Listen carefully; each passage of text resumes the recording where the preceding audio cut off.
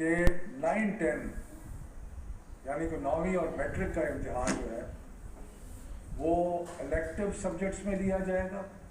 उन मज़ामीन में जो बच्चों ने चूज़ किए हैं, और उसके साथ मैथमेटिक्स जो सब के लिए यकसा है वो भी उसका भी इम्तिहान होगा। यानी कि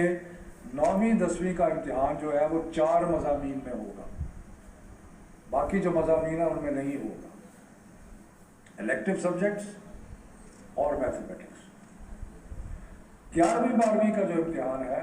वो सिर्फ इलेक्टिव सब्जेक्ट्स में होगा। और ये हमने इसलिए भी सोचा है कि इलेक्टिव सब्जेक्ट्स का कि अगर किसी ने डॉक्टर बनना है तो उसने बायोलॉजी ली हुई है, उसने केमिस्ट्री ली हुई है वगैरह, किसी ने इंजीनियर बनना है तो उन्होंने और फिजिक्स और बाकी सब्जेक्ट्स लिए। तो जो भी किसी ने जिस स्ट्रीम में जाना है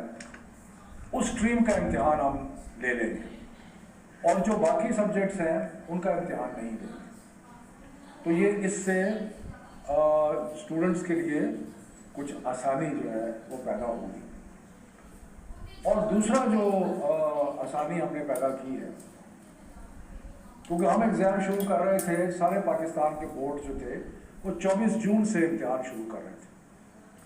अब उन्होंने कहा है कि 10 जुलाई के बाद आप इम्तिहान शुरू करें, यानी कि मज़ीद 2-3 हफ्ते जो है वो बच्चों को मिल जाएंगे तैयारी करने के लिए। और तीसरा हमने बोर्ड्स को ये भी कहा है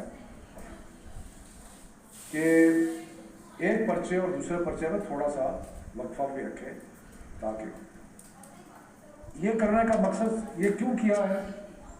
और एग्ज़ाम तो जैसे मैंने कहा कि आपने हर सूरत में लेना है, ये इसलिए किया है कि एक तो कोर्स सही तरह स्कूल चले नहीं तो सही तरह कोर्स पर मुकम्मल नहीं हुआ, और दूसरा ये